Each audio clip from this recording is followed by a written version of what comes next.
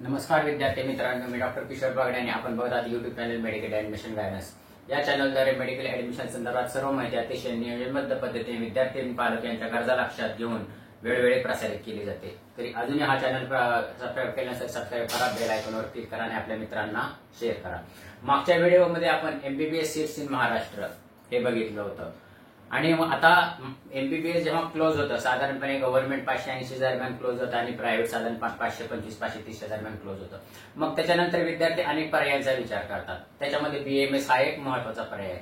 कोण बीडीएसचा पर्याय विचारात घेतं, कोण इंजिनिअरिंगचा पर्याय विचारात घेतं, कोण रिपीटचा पर्याय विचारात घेतं। तर एमबीबीएस झाल्यानंतर जो काही महत्वाचा स्ट्रीम आहे मेडिकल स्ट्रीम तो आहे बीएमएस। मग ह्या स्ट्रीमच्या महाराष्ट्रामध्ये किती जागा आहेत ह्याचा आपण विचार करू। म्हणजे जागा आपल्याला किती आहेत ह्याचा अंदाज आला की आपला एसएमएल किती येईल, तो जागा आणि तो एसएमएल आपला किती मिळता जुळता आहे त्याच्यावरून आपल्याला अंदाज येतो की आपल्याला ऍडमिशन मिळणार आहे का नाही मिळणार, म्हणजे आपण सेफ झोन मध्ये आहे का नाही हा ठोकताळा असतो, हा अंदाज असतो आणि हा स्टॅटिस्टिक्स आहे।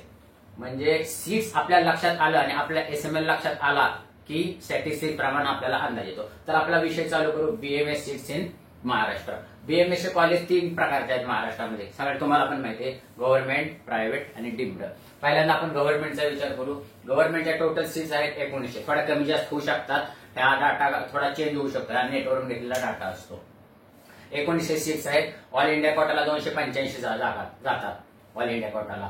तर मग ओपनला त्याच्या म्हणजे 50% रिझर्वेशन, 1900 म्हणजे 50% हे ऑल इंडिया कोटा गेल्यानंतर 807 ह्या जागा ओपनला असू शकतात। ह्याच्यामध्ये थोडा चेंज होऊ शकतो, हा ढोबळ म्हणजे साधारणपणे नेटवरून घेतलेली माहिती असती ती म्हणजे ह्याच्यामध्ये चेंज होऊ शकतो। तरी ठोकताळाप्रमाणे 800 ते 850 जागा ओपनला राहतात। म्हणजे आपला एसएमएल कसा असा पाहिजे तसा विचार करू। मग 50% जे रिझर्वेशन आहे, 50% रिझर्वेशन मध्ये जो काही फ्रॅक्शन आहे त्याच्यामध्ये ओबीसी साठी आहेत 361, व्हीजे साठी आहेत 51, NT1 साठी आहेत 42, NT2 साठी आहेत 61, NT3 साठी आहेत 32, एससी साठी आहेत 240 आणि एसटी साठी आहेत 127। हे झालं गव्हर्नमेंटचं, अलग लक्षात। आता आपण प्रायव्हेटचा विचार करू। प्रायव्हेट भरपूर कॉलेज झालेले आहेत महाराष्ट्रामध्ये, प्रायव्हेट भरपूर कॉलेज झालेले आहेत, मागच्या वर्षी पण खूप वाढले होते, दरवर्षी वाढत चालले। तर प्रायव्हेटच्या टोटल जागा आहेत 7,000 जागा टोटल प्रायव्हेटच्या आहेत बीएमएस साठी। बीएमएस साठी प्रायव्हेट कॉलेजला पण ऑल इंडिया कोटा आहे, तर एमबीबीएस ला प्रायव्हेट मेडिकल कॉलेजला ऑल इंडिया कोटा नाहीये, लक्षात घ्या। प्रायव्हेट बीएमएस कॉलेजला ऑल इंडिया कोटा आहे, 7,000 मधल्या ऑल इंडिया कोटाला 1,050 जाऊ शकतात। मी मागच्या व्हिडिओमध्ये जेव्हा मी तुम्हाला सांगितलं होतं की वेस्ट टू बीएमएस, हा माझ्या व्हिडिओमध्ये मी सांगितलं होतं, कुठला व्हिडिओ, वेस्ट टू बीएमएस, त्याच्यामध्ये मी तुम्हाला सांगितलं होतं की ज्यांना थोडे कमी मार्क आहेत आणि त्यांना ड्रीम कॉलेज पाहिजे तर त्यांना हे ऑल इंडिया कोटाचा पर्याय खूप चांगला आहे। परत एकदा लक्षात घ्या, बीएमएस प्रायव्हेट कॉलेजला ऑल इंडिया कोटा आहे, एमबीबीएस ऑल इंडिया कोटा नाहीये। आणि ज्यांना थोडे कमी मार्क आहेत आणि ज्यांना ड्रीम कॉलेज पाहिजे म्हणजे आपल्या मनातलं कॉलेज पाहिजे त्यांच्यासाठी ऑल इंडिया कोटा हा चांगला पर्याय आहे, तो त्यावेळेस परत डिस्कस करूया त्याची वे म्हणजे कसं ऍडमिशन घ्यायचं तिथं। तर एवढं गेलं। रिझर्वेशनला 25%, प्रायव्हेटला रिझर्वेशन 50% नाहीये, प्रायव्हेटला रिझर्वेशन 25% आहे। तर ह्याच्यामध्ये साधारणपणे ओपनला किती जागा शिल्लक राहतात, 3,000 जागा शिल्लक राहतात ओपन, 3 ते 3,500, स्टॅटिस्टिक चेंज होऊ शकतं, हा ढोबळ मानाने असतं सगळं। म्हणजे ओपनला 3 ते 3,500 गेल्या।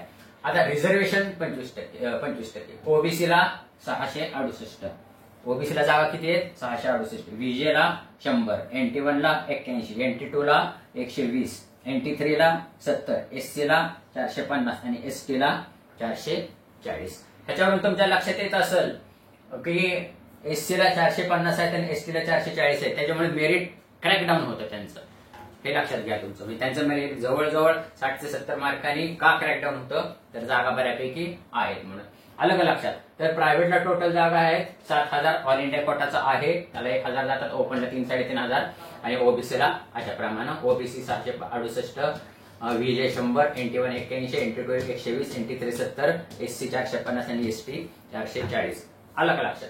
आता गव्हर्नमेंट झालं, प्रायव्हेट झालं, आता राहिलं डीम्ड। डीम्डला जवळजवळ 500 जागा आहेत, 500, आणि त्याच्यामध्ये रिझर्वेशन नाहीये डीम्डला, रिझर्वेशन नाही, नो ऑल इंडिया कोटा, त्याच्यामध्ये फक्त काय आहे, डीम्डचे रूल्स वेगळे आहेत. त्यांचं फी स्ट्रक्चर साधारणपणे 4.5 ते 5 लाख रुपये पर इयर आहे. म्हणजे तुमचं बजेट नाही म्हटलं तरी 20 ते 22 लाख रुपये जातं. आणि ह्याचा कट ऑफ साधारणपणे कॅप राऊंडचा कट ऑफ असतो 300 ते 275. 275च्या खाली पण लागतो, पण 275च्या खाली थोडंसं कमी होतं.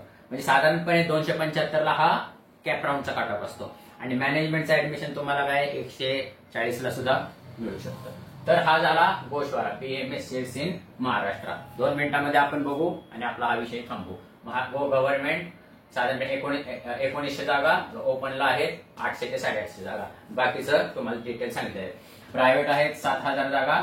ऑल इंडिया कोटा खूप महत्वाचं प्रायव्हेटसाठी 1050 जागा. ओपनसाठी आहेत 3-3.5 जागा आणि बाकीचं तर सगळं सांगितलं. डीम्डचं तुम्हाला सांगितलेलं आहे 500 जागा. एवढं साधारणपणे मला वाटतं की तुम्हाला अंदाज आला असेल की आता BAMS ला जागा किती शिल्लक आहे, जागा किती आहेत आणि आपल्याला मार्क्स किती आहेत आणि मेरिट कसं जाईल. SML आल्यावर तर आपल्या लक्षात येईल. मला वाटतं की ही माहिती तुम्हाला आवडली असेल तर लाईक करा, शेअर करा आणि आपल्या मित्रांना पण सांगा. एवढं बोलून आजचा विषय थांबवतो. जय हिंद, जय महाराष्ट्र.